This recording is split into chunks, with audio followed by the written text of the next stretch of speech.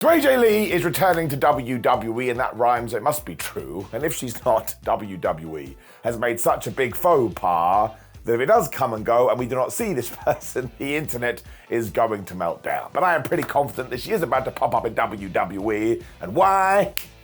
Ow. I'm about to tell you why.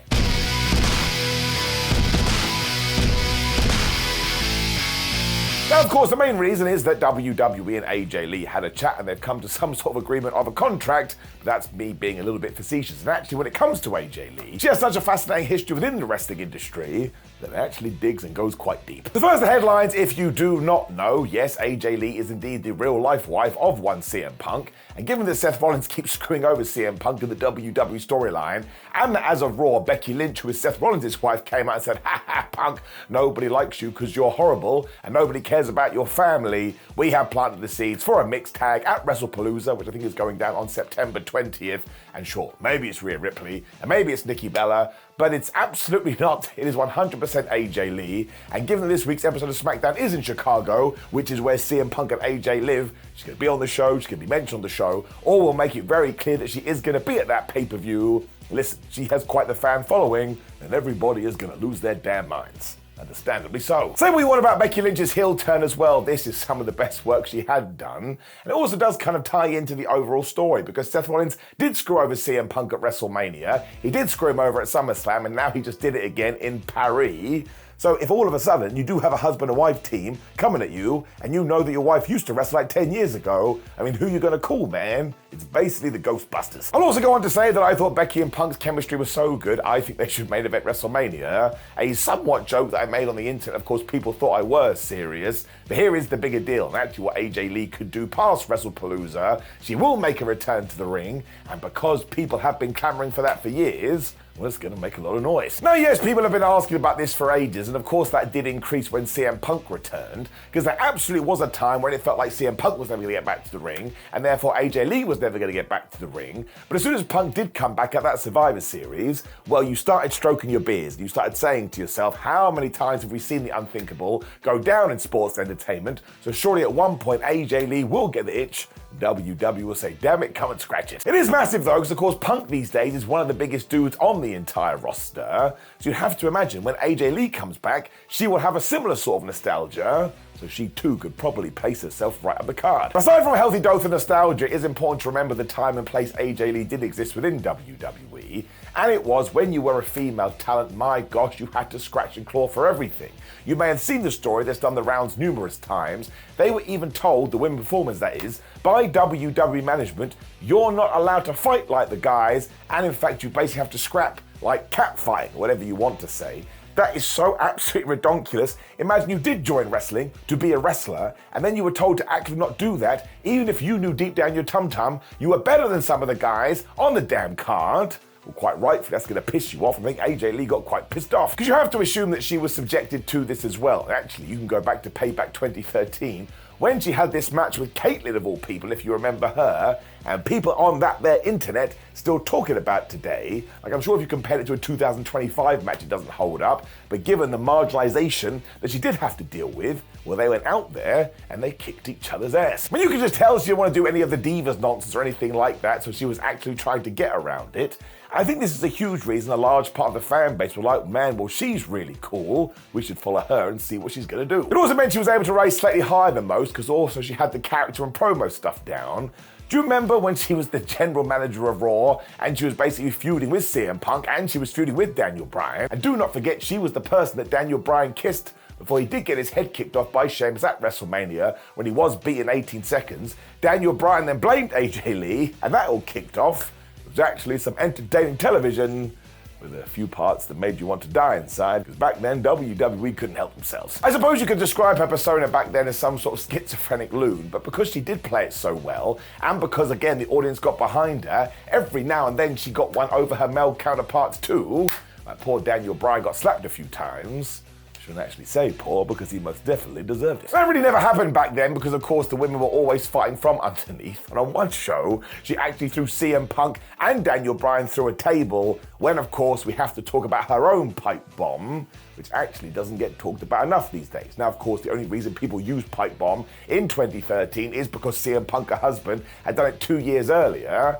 But that's just semantics, man. The things she was saying, well, everybody picked up on this and they thought to themselves, damn it, she's telling the truth. This was August 2013, and she basically turned her attention to what she dubbed the Divas wrestler, because all these people just wanted to be reality TV show stars, whereas she wanted to be a wrestler. So while she had toiled and actually busted her ass to become better in the ring, all they wanted to do was skip down a red carpet in their high heels, and damn it, they weren't even worthy enough to lace AJ Lee's boots. I think Lee even called them plastic mannequins at one point, so she wasn't messing around. And once again, back in 2013, no woman was allowed to cut a promo like this. All of a sudden, people gravitated towards AJ Lee, because one, it was different, but two, just to reiterate what we did just go on about, it was accurate. And listen, I don't care if you got into wrestling to become a diva star, but given that was the only option and nobody was actually allowed to be a wrestler, well, if that's the reason you stepped your foot through the doors to begin with, quite rightfully, you're going to be pissed off. And the main reason it was good is because she totally meant it, although it didn't really spark a women's revolution,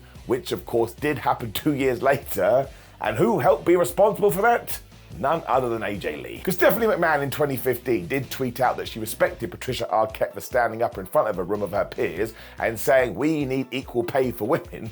When AJ Lee popped in the comments and said, okay, that's great, but you don't pay your WWE female superstars the same, and also, a lot of them don't even get more than 3 minutes on Raw to showcase their abilities, so how the hell do you ever expect them to get there? You're not giving them proper opportunities. Now, fair play to Stephanie. She did reply saying, I understand where you're coming from, and look, I'm not saying behind the scenes that didn't cause some animosity. I'm sure it did do, but what then started happening on the screen and on social media? The hashtag Give Divas a Chance, and in a few years, finally, and I mean finally, because WWE was way too late for this, it did all start to switch, and yes, the women got more chances. Now again, this was only 10 years ago, not 50, so like I say, WWE should have been way faster than they were, but AJ Lee's tweet was hugely responsible for where we did get, and I think it's another reason why the women in the locker room today do see her as some kind of hero, because she had the courage to stand up and say something. And yeah, it's a pretty daring thing to do. This wasn't just the wife of a husband or a husband of a wife who just happened to be doing the same things. They both meant what they did say. And let's not forget that soon after this, AJ Lee also walked away from the WWE because she had actually gone through some horrible times. And that's why, much like CM Punk, nobody thought we were going to see them again. But I guess new WWE is different from old WWE. And that's why you never say never, because you're always going to get never. It did eventually work after a while, even though you could actually see the growing pains on Raw and SmackDown. But go and check out the NXT women's roster today.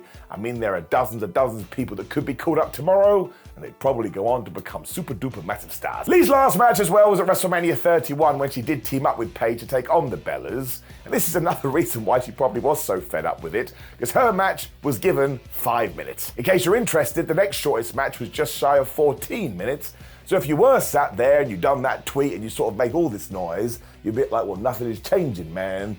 Maybe I should just go home and think about it. Also, I'm done. I want to do other things. It just meant the disparity was real, and of course, they were the only women on that WrestleMania. But this is why AJ Lee coming back is just such a massive deal, and not just because she's the wife of one CM Punk. But aside from just being smart in the sense, if you are about to tip your toe back into the water, a tag team match makes all the sense in the world. It really is, just to reiterate what I just said, a never say never match. I mean, for one, CM Punk and AJ Lee teaming up sounds totally crazy, but what has Becky Lynch said over the years? I would love to work with AJ Lee. And what has AJ Lee said over the years? Well, I would love to work with Becky Lynch. So this could be a one and done, but if it's not, you can then spin out for an intercontinental program between AJ Lee and Becky Lynch. I think that would get the fans' interest too, and I tell you, if AJ gets over in the way I expect her to, you could even make her the intercontinental champion, and there would be no backlash. And given that she does have this sort of magical star power, because she has been away for so long, it may actually elevate that title even more.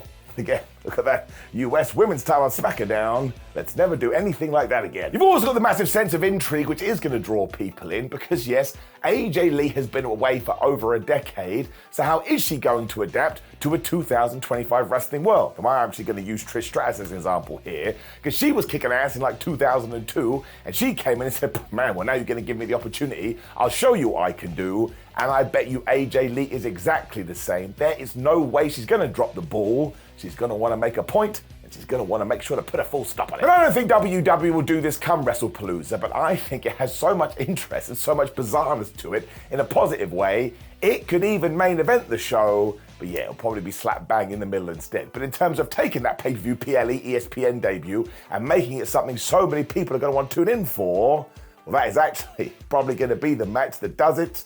I mean, how do we even get here, man? It's totally, woefully insane. And you know this too, because even after the angles in Paris and even after the stuff we did on Raw, there are still some fans going, nope, I do not believe it, and I will not believe it until I see it with my own eyes. And I get it. I mean, they probably just don't want to be disappointed because they've been disappointed so many times before. Wrestling is a good way of doing that. But I don't think this is one of these occasions. CM Punk especially is too damn smart. And also, when France was chanting AJ Lee, what did Becky Lynch say? She didn't ignore all of this. She went, that person doesn't even work here, so maybe you should shut up. So again, I'm recording this on a Wednesday, and I truly believe within 48 hours, AJ Lee is going to be back on WWE TV. This gives me hope for Repo Man. I've been hoping for that for years, and I tell you, my friends, I think it could happen. I don't mean AJ Lee is Repo Man. I'm talking about another surprise return. It should also be a wonderful reminder, though, that all wrestling scenarios should happen, and it really is something we should just enjoy, especially if CM Punk and AJ Lee go out there and totally whoop Seth Rollins and Becky Lynch's ass, which they should do, because they're the baby faces, the other people are the heels. All I know is I'm excited and I'm enjoying this roller coaster, given that wrestling is the most important of the least important things, and the clue is in the name, it's sports entertainment. This is a massive tick for me, so good job all round, and it's probably the last video you'll see from this bored asshole before AJ Lee returns to wrestling. We are not in Kansas anymore, Toto. Now, of course, even when you do see this, you'll be like, Simon, you're totally wrong, it's not gonna happen. But you can drop me a comment below and let me know about this. Before you like the video, share the video, subscribe, watch my ups and downs, my review from Monday Night Raw when we get into all of this, because that CM Punk and Becky Lynch back and forth is so damn good.